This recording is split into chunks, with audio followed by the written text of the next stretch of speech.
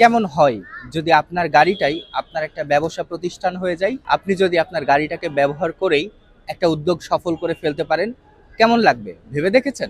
অনেকদিন থেকে চাচ্ছি একটা দোকান দিতে, একটা খাবার দোকান, but everything is very expensive. কি মাখা বেচে, অনেকে অনেক কিছু বলে, বাট তারপরে আবার খুব মাইন্ড চেঞ্জ হয়ে যায় মানুষের। কাজ যতই ছোট বড় হোক, কাজ তো কাজই, তাই না?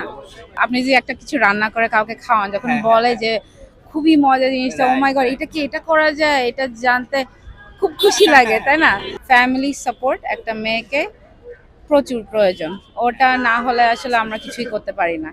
আমার সবচেয়ে বড় সাপোর্ট আমার হাজবেন্ড। আমি রেসপন্সটা দেখে অনেক আরো নতুন কিছু নিয়ে আসব। ছোট থেকে আসলে বড় হতে হবে।